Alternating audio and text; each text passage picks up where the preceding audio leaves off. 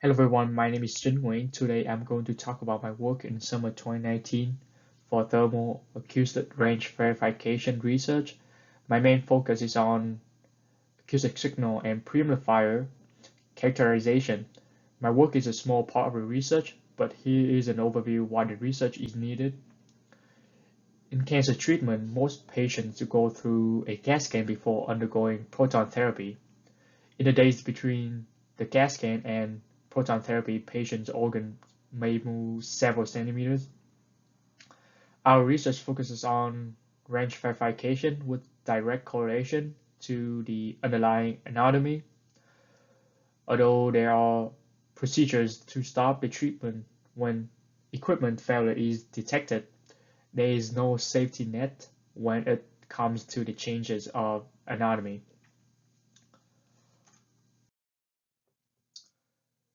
To observe the thermal acoustic pulses generated by a proton beam scanning through a phantom, we use hydrophones. However, simulation of thermal acoustic pulses generated by clinical proton beams are band limited below 100 kHz with amplitudes below 1 mV. Therefore, we need pre-amplifier. When we are collecting the signal, it is a whole signal change created by the hydrophones and the pre-amplifier to make sure the commercial pre-amplifiers meet the requirements and to understand how the acoustic signal behaves between the hydrophones and the pre-amplifier. I conducted a pitch catch experiment. In this experiment, I used hydrophones with the same piezoelectric element models and transmitted from one and collected the signal from the other in different medias. Then I switched their roles and repeated the experiment. Firstly, I needed to understand how the signal behaves when the transducers are orientated in different positions to each other. We can see that it is similar to the axial ratio between the two antennas. So we do expect to lose some signal power when we orientate them in different way. I orientated the hydrophones in three different ways in the water tank: the lateral, longitudinal, and a mix between the two. I put two hydrophones into a water tank and connected one of them to a signal generator. Uh, and I ran with 10 kHz for pulse repetition frequency with one cycle for burst count, while changing the pulse frequency from 10 kHz to 150 kHz. This is a lateral orientation case of the pitch cat experiment in water tank. Looking at the left figure, you can see that the two hydrophones behave almost the same way in transmitting and receiving the signal.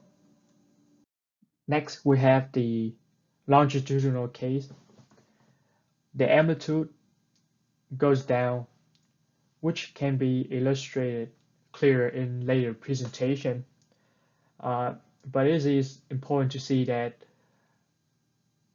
the signal, the behave in signal change of two transducers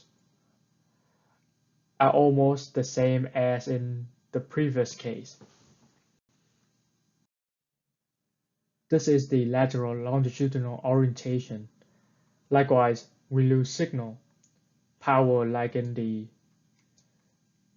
longitudinal case, but the hydrophones still behaved in the same way regarding transmitting and receiving the signal. Here is a graph that shows all orientation.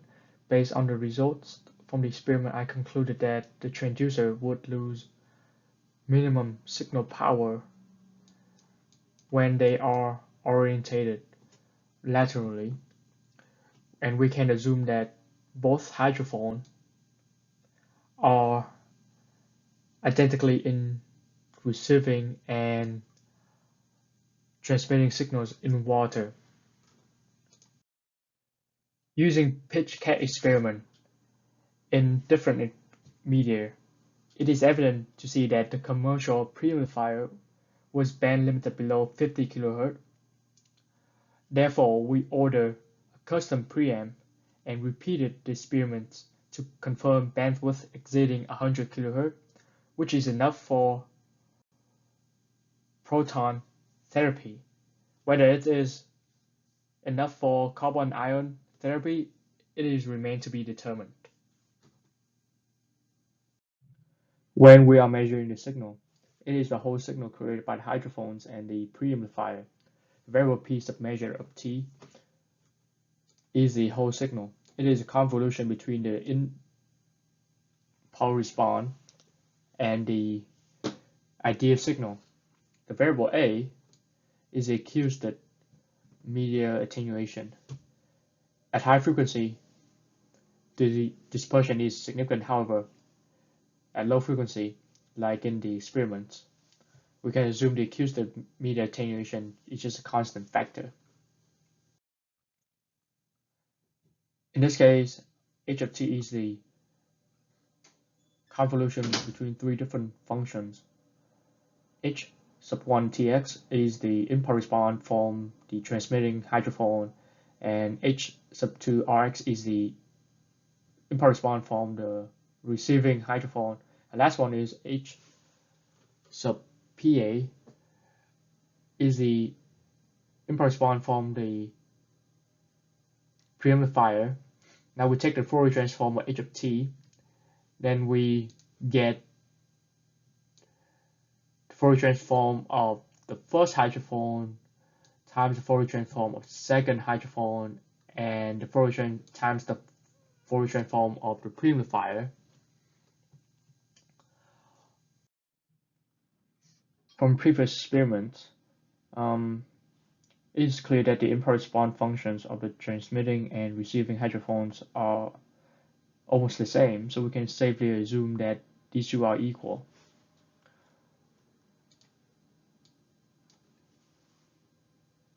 With this assumption, we have the Fourier transform of the impulse response of the first transmitting hydrophone equal to the second one of the receiving hydrophone.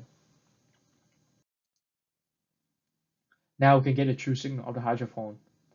The Fourier transform of the whole signal is divided by the Fourier transform of the impulse response of the preamplifier.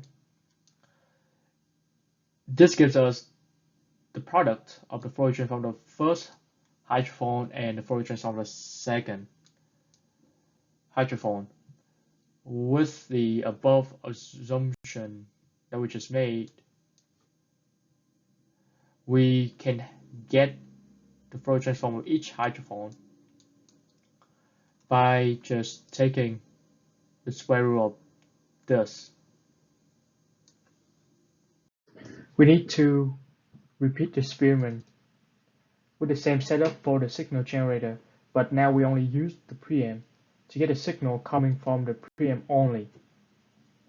And because we assume that the hydrophones are in the same disk case, we can find a true signal coming from the receiving hydrophone by applying this formula right here.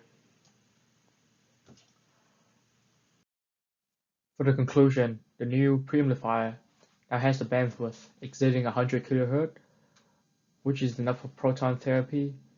It only loses less than 6 decibels in signal power from 10 kHz to 100 kHz.